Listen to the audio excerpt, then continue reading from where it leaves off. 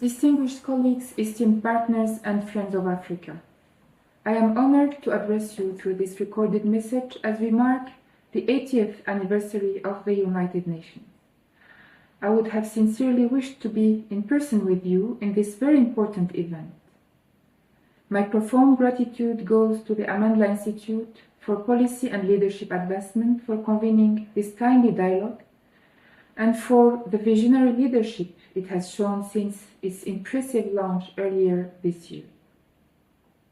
We meet in a moment of profound transformation, not to lament what has been, but to take stock and celebrate what we have built. History teaches us that fortune favors the bold. Africa has been bold, enduring, adapting, advancing. Our confidence is built from within, and it is hard-earned.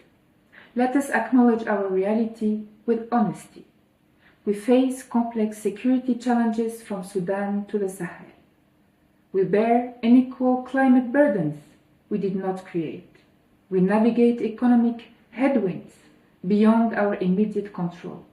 And yet, these pressures have forged a singular strength: the ability to innovate under constraint, to unite across diversity, and to turn challenges into decisive action.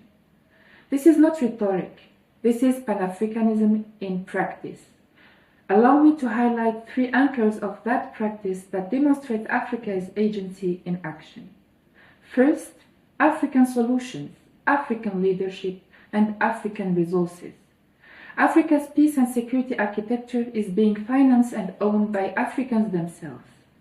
The African Union Peace Fund now stands capitalized and operational, a sophisticated instrument designed for conflict prevention, mediation, and rapid response. Second, African unity and solidarity. The African Continental Free Trade Area does more than connect our markets and people. It restores pathways of commerce and collaboration that existed long before artificial borders were imposed upon us. This integration reflects our deepest understanding that unity and collective actions have always been Africa's comparative advantage and remains so today. Third, Africa's indispensable voice in global discourse. Our permanent seat in the G20 affirms what we have always known, but the world is finally recognizing. Africa is indispensable to solving global problems. From this position of influence, we bring values of inclusion, equity, and responsiveness to international deliberations. We do not simply occupy a seat. We model what genuine partnership looks like in practice. These achievements flow from our greatest source of strength, which remains our people. We are a continent of over 1.4 billion souls, rich in languages, diverse in cultures, boundless in creativity and innovation. Our youth are not waiting for permission to lead. They are already reshaping industries from fintech to renewable energy, from agricultural technology to creative arts. Our heritage is not a museum piece preserved in glass cases. It is a living philosophy.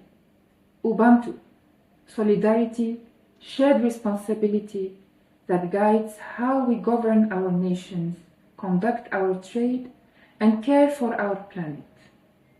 Ladies and gentlemen, this moment calls for clear messages to our different audiences. To my fellow Africans, I say this: the changing world order presents Africa with unprecedented opportunity, and we approach this moment with confidence that comes from knowing ourselves. We should not wait for permission from anyone. We must exercise our rightful agency as Africans.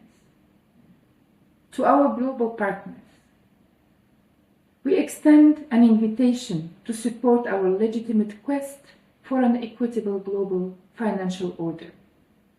for Africa's representation in the United Nations Security Council in line with the Third Declaration and the Isilwini Consensus. Support Africa's innovation and stand with African leadership in multilateral reform.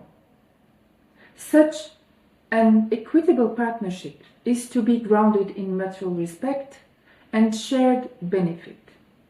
The evidence is clear. When Africa rises, global prosperity and stability follow. As the world navigates uncharted waters, Africa will not drift. We will chart our course, guided by a Pan-African spirit and anchored in the enduring principles of Ubuntu. Africa must shape this changing order, confidently, constructively, and collaboratively. I wish you fruitful deliberations. May your conversation deepen understanding, strengthen partnership,